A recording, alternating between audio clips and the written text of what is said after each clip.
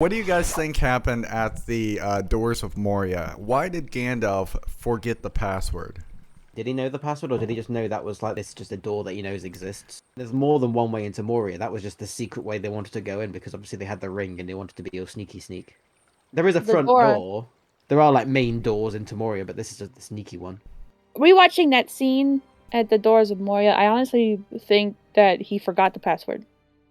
Because he does say, I once knew every spell in the tongue of elves, men, and orcs, Yeah, implying 'cause- he may have forgotten some. Well, I mean, because Gandalf is fucking hella old, isn't he? He is very old. Moria had been lost for ages, hadn't it? And then they tried to retake it. Like the dwarves tried to retake Moria twice. So I Yes. don't know how many hundreds of years or it'd been since he'd been there. He's quite confident though, isn't he? Oh, it's quite simple. If you want a friend, you speak the password and the doors will open. I don't know if he actually forgot the password. I think maybe he was stalling for time while he could think of like a better alternative, or come up with some sort of plan once they got in, and he was just stalling for someone else to pick it up. Stalling for what purpose? Like not to face the Balrog, or I mean that's one good reason, but I'm not sure exactly what he thought he might be walking into in there too. This is no mine. It's a tomb. I've been rereading the Hobbit and the Lord of the Rings books, and it's a weird change because in the books Gandalf actually wants to go through Moria, and it's a weird. I was like, oh, I forgot that. Yeah. And he's like, and he's like, yeah, and he's like angling for that, whereas Aragorn's the one that wants to go over the mountains, and then they all agree going by Rohirrim's bad because of being near Isengard and stuff, so that's the same. Yeah. But then in the book, it seems a bit more clearer that it's the secret tunnel we're going through, and then he's like, fuck, I've not been here for ages. It's just completely different character motivation for why they're doing it. It's like in the movie, Gandalf is just like, we shouldn't go under the mines. Everyone go, let's go there. He's like, well, shit, okay, then let's go, everybody. So it could just be that Gandalf only knew about it existing, but hadn't been it before, or it could be that he'd been there hundreds of years ago, and I guess there could be quite a few explanations. Evil will be drawn to you from outside the Fellowship. Yeah, I know it's like watching and this is in the books too, but watching the movies, how a lot of the creatures seem to be drawn to Frodo, and it is because of the ring. Yeah, you mean like the Watcher and the Troll and the Balrog and stuff? And Shelob, yeah. And Shelob. Go through all of them again, because I'm just thinking, I don't know if well, it's like one of those the first one is the Watcher immediately goes for Frodo. I don't know, because with the Watcher's sort of disturbed, isn't it, by fucking Merry and Pippin throwing the stones in, so it's already kind of waking up. Yeah, that's true too. And then isn't Frodo just like the furthest one back, because obviously he's the ring bearer, he's not going in first, so I thought it just grabbed him first. The four hobbits are hanging back. Everyone goes in. Yeah, but I mean, but like, I think back. I think just one of those coincidence things to make it more dramatic as well, just in like a film. I know this. Yeah, I don't know if it's a narrative thing or if these beasts are actually drawn to the ring. They don't know he has the ring, but it's part of that corruption, I think. Gandalf does tell Frodo before they reach the mines of Moria that the ring's power is growing, and to be careful because evil will be drawn to you outside the Fellowship. Is that more of allusion to him, like foreshadowing to Frodo, like Gollum's on his way and shit? Gollum and the Nazgul, they're definitely linked to it in that way. The Troll is probably the best example for it, I think, because he does seem to hone in right on Frodo, doesn't he? Mm-hmm. And he focuses on him for a really long time when there's so much chaos happening everywhere. If you've got this as like an idea, it's probably the best one because he does proper hone in on him when there were like so many more important things he could be killing right now. Like the ones that are trying to kill him and stuff. Because Frodo's just trying to hide at that point, and even fucking Sam with his fry pan, Yep, damn straight. The Balrog doesn't go for Frodo, but I think the Balrog might have been a combination of Gandalf being there and the ring, and it could sense that, plus all of the fucking noise that Pippin made, So the Balrog doesn't really get close to Frodo as the others do. No. But he did find him. That was kind of the point, I guess. And of course, there's Shelob as well. I feel that Shelob isn't, in the sense that I think that because Shelob is just drawn to things in her spider web, and he's like the only thing in there other than Gollum, and Gollum knows how to avoid the shit in there, I think. Does he hit the spider web first before she finds him, or is he already running from her? I don't recall. From memory, I think he like panics when did he see a body or he sees something, and then he starts, and then he realizes the webs, and then he's like Gollum, and then he's running, and then he gets himself tangled in a web, and then she's behind him, and then he starts like flailing, and he cuts himself free, and then we get the whole chase scene. I think it's just the Yeah, that webbing sounds for that pretty one. accurate to He- what Yeah, I he remember. panics and he pulls out Galadriel's gift, Yeah, and it lights up, and there she is in the corner. yeah. I think he'd already like been touching webs and stuff because he'd already had his little panic moment. Yeah.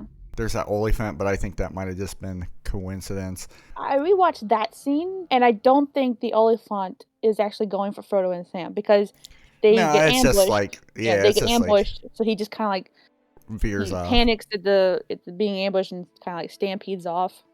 Would you believe that Aragorn and Boromir would have the strength to pull down a troll? Speak amongst yourselves and write in the comments. Also, subscribe to our Patreon. It's free. So I was watching that scene. I don't know. Isn't that chain like around his neck, or is it not? Yes, Yeah, it's around his connected to neck. the collar around his neck. I feel it would be pretty easy to at least like make something go, what the fuck, when you've got like two. Yeah, pretty well, strong- well, the thing He is he was kind of off balance. Like he had Yeah. leaned back on one leg with his club And behind his leg is him. up, So I think yeah. it is reasonable that they would be able to like, kilter him off balance. I don't know that Yeah. they would completely pull him down. He might just lose his footing, but I think it's fine. Like I said, as one of my friends pointed out, the troll is top heavy. He is leaning back, but he also has one leg up. So already his position is kind of precarious and how he's standing. And so Aragorn and Boromir can use leverage to pull him off balance. And Yeah, then I think it's good. So I think it's very believable because we do see how strong Aragorn and Boromir are.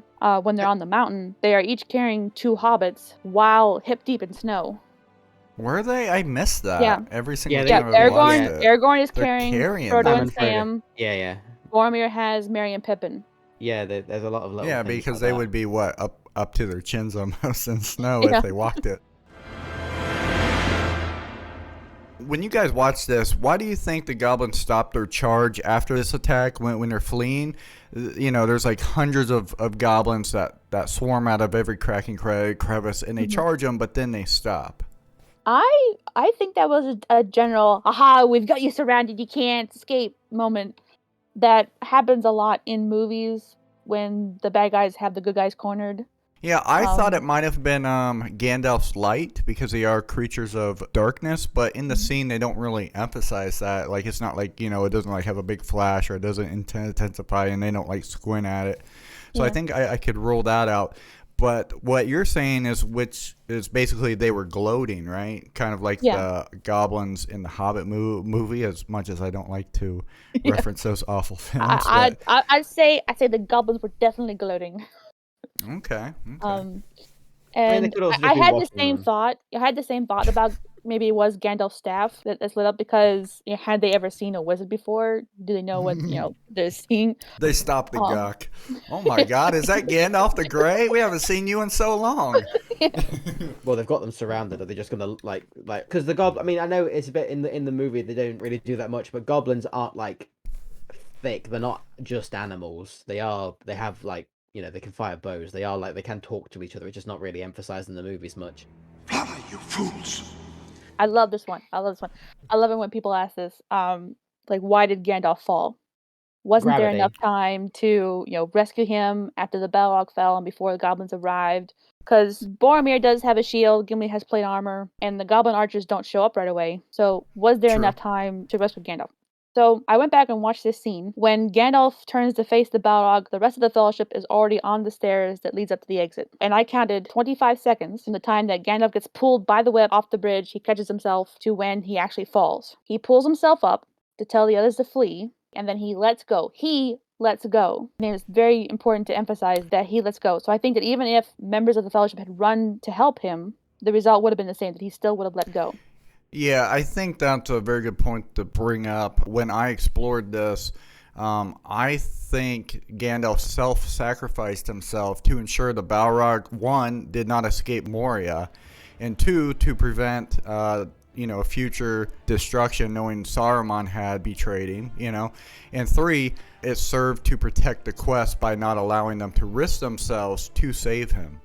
Mm-hmm. The only problem I have with it is that we know how strong Gandalf is. I feel he could have pulled himself up very easily with what we know about him. So I'm like, Gandalf, you could have like climbed up in like half a second. Don't bullshit me with you like struggling. Yeah, exactly. And shit. I've heard the argument that he was tired after he fought the Balrog, which he didn't really fight him. He made the bridge collapse.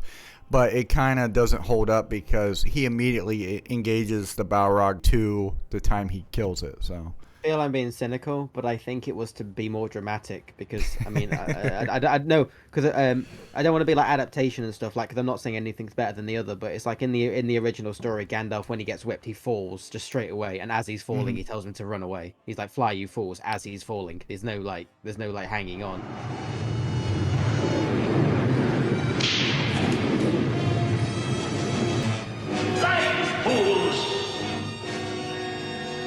So they're just like, "Fuck, he's gone. We've got to run," you know. Which is like obviously. yeah, Whereas and that's another thing that I noticed, like with that whip. Like a lot of people like to say, "Well, he had a Balrog hanging off of his foot." Like, no, he didn't. The Balrog fell, and then he hung there. And the other thing is, like when that whip comes, if you play it slow, you'll see it hit him in the shoulder, but then in the next like cut, it's got it around the foot, which I always think is kind of funny.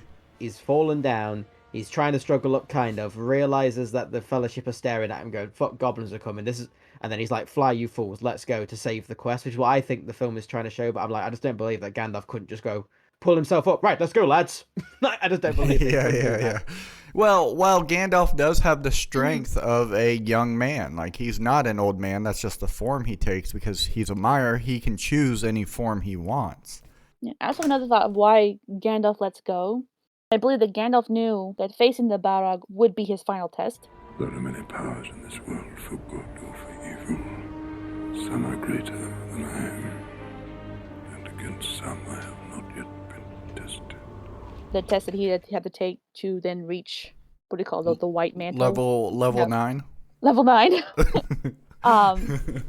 Because This is the raid boss, I believe. yeah. Because when he defeats the Balrog, as he's talking to Aragorn, he goes, "Yeah, I have become as Saruman should be." Well, he dies, doesn't Right. he? And the good god basically was like, "Get back there and do your fucking job." Like, okay, yeah. No rest And for you. do Saruman's job as well. Like, Jesus, all right, fucking hell. Why the hell does the Balrog have wings? Does he fly? Oh, It I know, seems like I know. something that might have come in handy. The Balrog do not fly. Think of penguins. Chickens have wings. They do not fly. Oh, I see. The Balrog They is too can- big-breasted to fly. They were not a flying creature, from what I remember in the books. Is it just the fact that they are like demonic because they're from the like because the Balrog is like it's on the same. A Balrog is a Mire, so it can choose its form, much like Yeah, Gandalf and the other wizards. So I Going guess he by just the- thought it would the- look really cool if it had Yeah, wings. like and, I that's, said, and that's the form Yeah. he chose. he's like, "I'm so badass with these horns." And going by the scene in the movie, though, the Balrog's wings don't look to be in the best condition. No, they're real like bony. There's damage to them. Like they're not in the best shape. So, Yeah, and once he falls down that chasm, it'd be He's not pretty getting hard back to come back up because how narrow it was, and he was banging around quite a bit. And I don't, if it could fly, he wouldn't be able to after he smashed them. If he couldn't fly, maybe his wings are fine. In either case, he can't fly. One last thing, what are you working on? Oh, I am working on a science fiction trilogy. Hopefully, it'll be ready for publishing near the end of this year. Hopefully, a little sooner than that. If you like this video and you want to check out some more Lord of the Rings content, click on this video or check out my playlist.